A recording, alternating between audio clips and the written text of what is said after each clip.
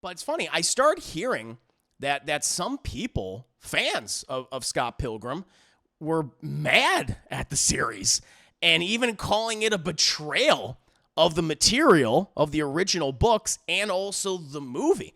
And I didn't know why. I had no idea. Which I actually appreciate. In hindsight, people were actually very careful not to spoil it, though they disliked it, or though some disliked it. And I was like, all right, whatever. I sat down to watch the first episode. And again, it pretty much plays out like the original book and the movie. But I have to let you guys know that I have to spoil a specific aspect of this series to continue talking about it. Scott Pilgrim Takes Off was one of several white whales for me from 2023. I wanted to watch it, earlier when it debuted on Netflix, all the way back in November. But, the holidays, my streams, the work, the backlog of movie reviews and other TV shows just kind of prevented me from, tackling it when it initially came out. But I've finally been able to watch the series over the course of several days, and I can finally provide all of you amazing people with my thoughts and a review on the series. And I can also provide a brief and familiar synopsis for those that need it who are unfamiliar with Scott Pilgrim. An immature slacker named Scott Pilgrim meets the woman of his dreams, but dating her becomes complicated due to their respective flaws and the appearance of her 7 evil exes who challenge him. So I've enjoyed a lot of Scott Pilgrim's content over the last, decade and a half at this point.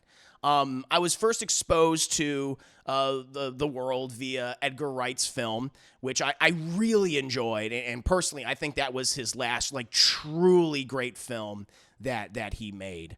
And I've read a bit of the original material created by Brian Lee O'Malley, thanks to my Patreon and show Comic Book Corner. Really enjoyed that too. So when I heard that O'Malley and his partner David Ben Grabinski were going to do an anime adaptation for Netflix, I thought, well, that's great. The original art would perfectly translate to that style and also look just very, very beautiful.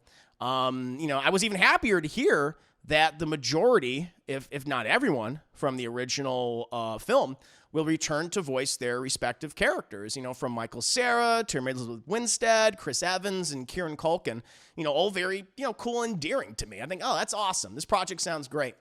And the trailers look very good for the series, and I was looking forward to watching it. But again, I got so busy and just didn't have time to watch it when it first debuted. But it's funny, I started hearing that some people, fans of Scott Pilgrim, were mad at the series and even calling it a betrayal of the material of the original books and also the movie. And I didn't know why. I had no idea, which I actually appreciate. In hindsight, people were actually very careful not to spoil it, though they disliked it, or though some disliked it. And I was like, all right, whatever. I sat down to watch the first episode. And again, it pretty much plays out like the original book and the movie. But I have to let you guys know that I have to spoil a specific aspect of this series to continue talking about it. And so, I'm not going to spoil everything about this show or these episodes, but I do have to spoil the end of the first episode. So I'm just letting you guys know right now that is what I'm about to do. So if you need to go, please go ahead and go, or mute me for some time. Come back a little bit later, but I'm going to go ahead and drop a spoiler. So one big spoiler for now. We're kind of nearing the end of the first episode, which has the character of Matthew Patel, one of the 7 evil exes, interrupting the concert that Scott and his band are playing at, and again, challenges Scott to the fight. They're jumping at each other, and I expected it to play out like it always had, where, Scott defeats Matthew, but Matthew seemingly clocks Scott in the face and kills him. Scott goes poof, and turns into some coins. Everyone is shocked, including Matthew, and the episode ends. And I'm like, oh, that's why everyone is so mad, or some people were so mad. This is not an adaptation of the original books at all, or the movie. This is an alternative retelling, or honestly, in my opinion, a sequel to those books and the movie. And I think that is just so great that they tricked us. They tricked everyone. They tricked me. And instead gave us a sequel to all that material. So instead of just focusing on Scott Pilgrim and the things that we've seen so many times before, we mostly focus on Ramona, who is investigating Scott's apparent death and the mystery surrounding it, but also all the other supporting characters, particularly the evil exes, who get a lot more development and change heavily throughout the series. And that aspect I really like. And while I enjoyed them in the original movie, of course, like many people did, it's cool to see them in a more elevated role in the series. So characters like Matthew Patel, for instance, who I mentioned earlier, played by Satya Baba, who returns to voice the character, who had like little screen time in the original film, becomes like a major player in the show and the events that transpire. And that extends to like all the evil exes who might not be as evil as we were led to believe, as we think. And they have their own adventures alongside Ramona and other characters and go through some interesting changes and experience a lot of growth. And again, that extends to the rest of the cast of characters too, supporting cast, like Knives, Julie Powers, young Neil, and Wallace Wells, especially Kieran Culkin as Wallace Wells, because of his enormous success on Succession and like all the praise and accolades he's gotten. I think it's very apparent they wanted to give him a much larger role in the series. And I bet he's probably very happy with that too. Very, very happy with it. And he's great. He's so good. And again, let me be clear. It doesn't feel like forced at all because he's great and has, I think, some of the best, kind of dry comedic moments in the show.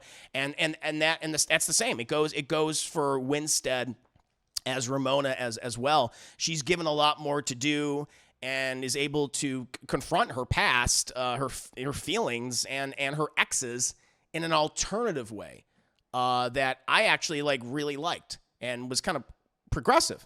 Sarah, now here's the thing. People was like, okay, so Scott Pilgrim not in the show. Michael Cera is also great again as Scott. And they do some really good things with him in the series. Again, anyone concerned that he's been sidelined and is being neglected, don't worry about that. Some of the best moments from the series actually revolve around Scott Pilgrim and Michael Cera, and I really liked what they ended up doing with him in the story and how he confronts his flaws and others around him. And again, this kind of goes without being said, but I'll say it anyway. The animation is absolutely stunning. The designs are taken right from the graphic novels, and they're all wonderfully animated. The comedy and cute moments with the animation is very wholesome. It's very adorable. And the action scenes, man, let me tell you, the action scenes are just a visual treat. Everyone has, their unique abilities, their own power sets, taken from, across the board, whether it be from anime or video games, retro or more recent stuff.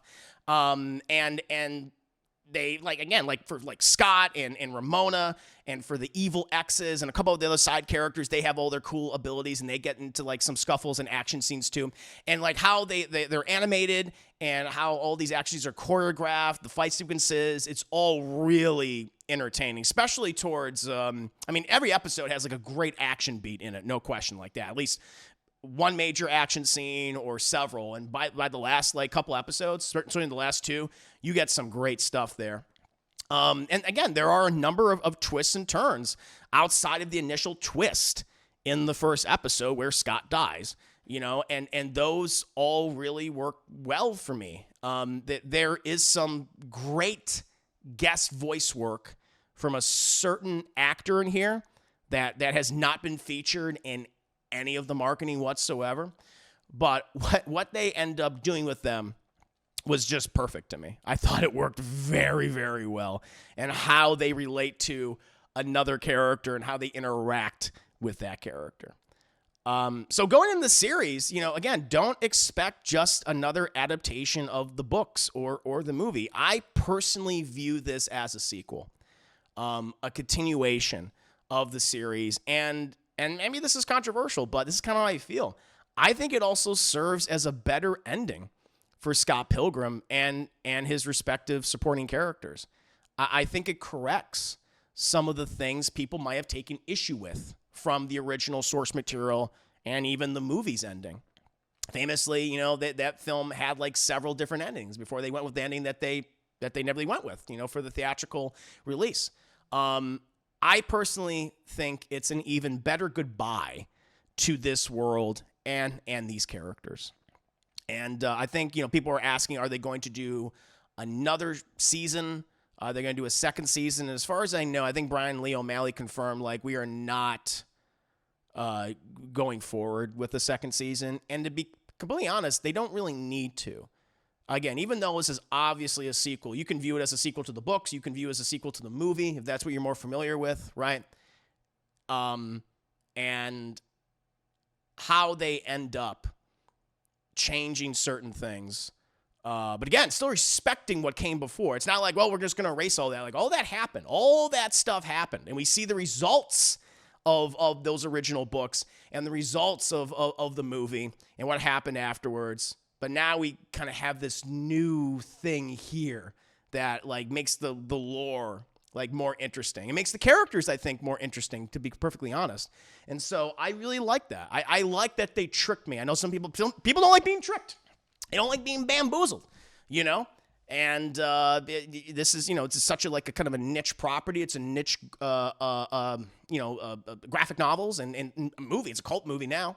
Famously didn't do very well commercially when it initially came out, but now it has grown in steam and people love it. And now it's a cult comedy, of course. And people are very protective of it.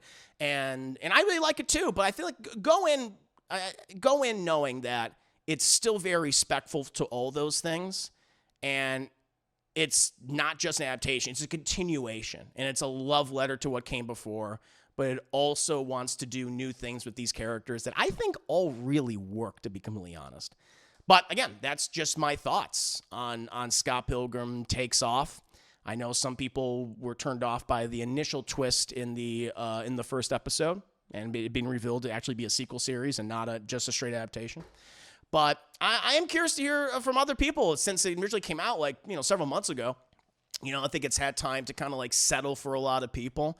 And I'm actually be curious to hear people's opinions now. They've kind of sat with it for weeks, for months at this point. But I'm curious, what do you guys think? Did you like it as much as I did? And you actually like the fact that it's a sequel series to the original books and movie? Did that piss you off? Did you not like that? Or you're somewhere in the middle? Please let me know. 5 minutes later. Patel might be the most screen time out of the exes. Yeah, he does. That's what's so fun. That's what's cool. Exactly. That's what I think is so interesting is that, because famously Matthew Patel, he's the first of the evil exes. That's Ramona's first evil ex-boyfriend. She dated him for a week and a half. Then, she kicked him to the curb. And he has a scene in the movie. It's a fun scene. Him and his what was his goth hipster chicks or whatever. His hipster goth demon chicks, which is really funny. And they come back here again, and he's he can't believe it. He's beside himself. He's like, hey, I won! And he has this whole arc in the show. All the exes have an arc. All the exes, each episode, I feel is focused on a specific evil ex. But it's not like they're gone after that first episode. They come back. They're recurring characters. They're supporting characters. But we see other sides to them. And again, I don't want to say exactly what changes within them, but I was like, this is really nice to see these changes in these characters. Who we perceive them a very specific way in the books and obviously in the movie, because that's all that was there. All right, but now it's hey, let's add more to them, more dimensions, more depth. And I thought this is great. And so with Matthew Patel, they do that, and he actually, matter of fact, he gets one of my. It's in episode 2. he gets into a battle of someone, and I think it's like one of my absolute favorite fight scenes in the entire show. It was so well put together, especially like who he's fighting. I think is really cool. I was like, oh wow, this is awesome. And he's a recurring character throughout the rest of the series. So let's see what people are saying. Young Neil's great. He has way more to do in this story. Again, Young Neil, who is I think is a very fun background character, a very fun. Some people would say probably a tertiary character, but let's say he's a supporting character. He has a lot more to do in this, and he gets a little more agency. And I ended up really liking what they do. He has some great gags. He has some great lines as well.